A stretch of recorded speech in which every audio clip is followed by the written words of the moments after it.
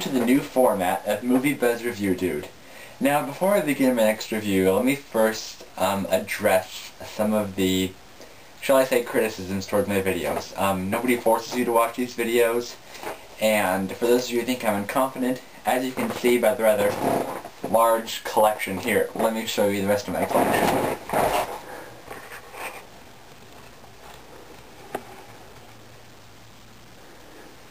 And then all that down there. As you can see, I am by no means an amateur at this.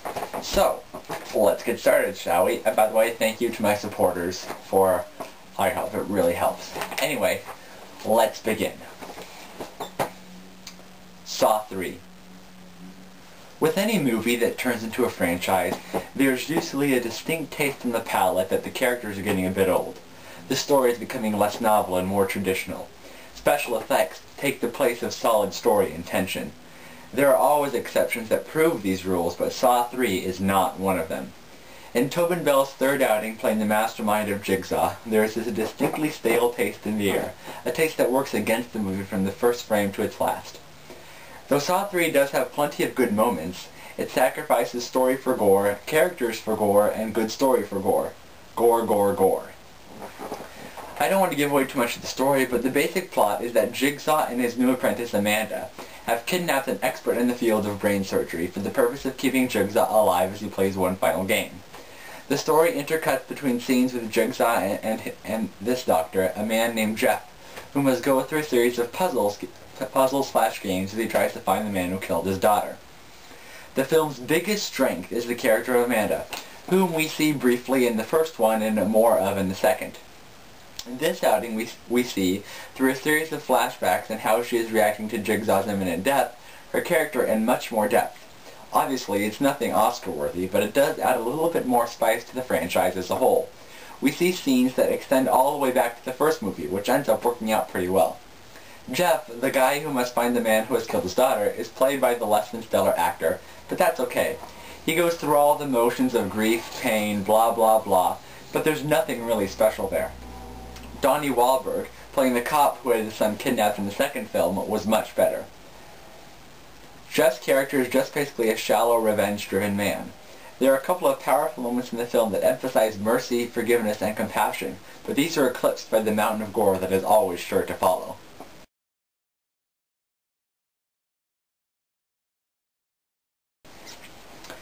That is another one of the film's weaknesses, all the gore.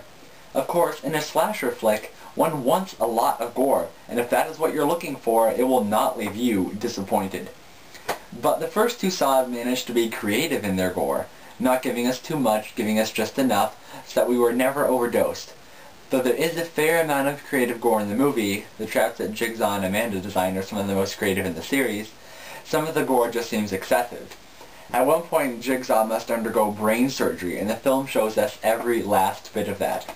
By the time the outer layer of skin had come off, I was going through the motions of being disgusted, but in all reality, it had worn off completely. The gore desensitizes in this film.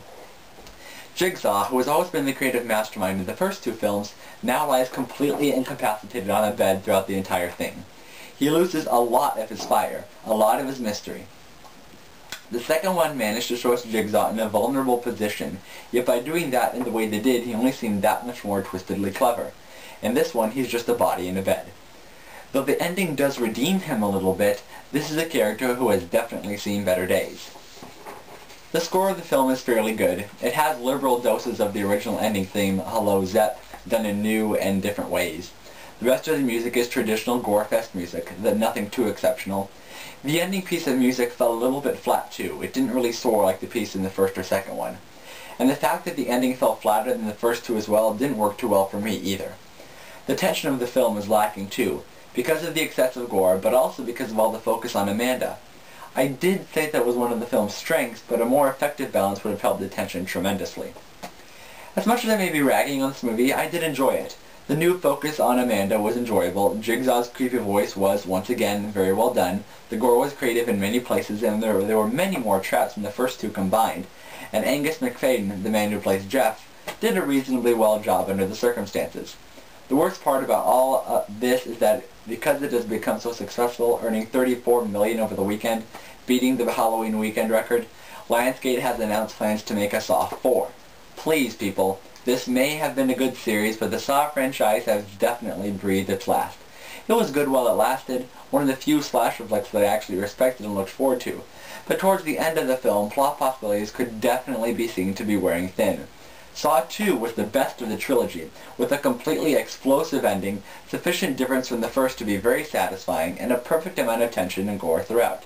Saw 3 was a good and enjoyable film, but Saw 4? No thanks. Ah well. I suppose I'll just sit back and enjoy this most recent installment while it still remains a reasonably satisfying conclusion to a great trilogy. I give Saw 3 a 6 out of 10.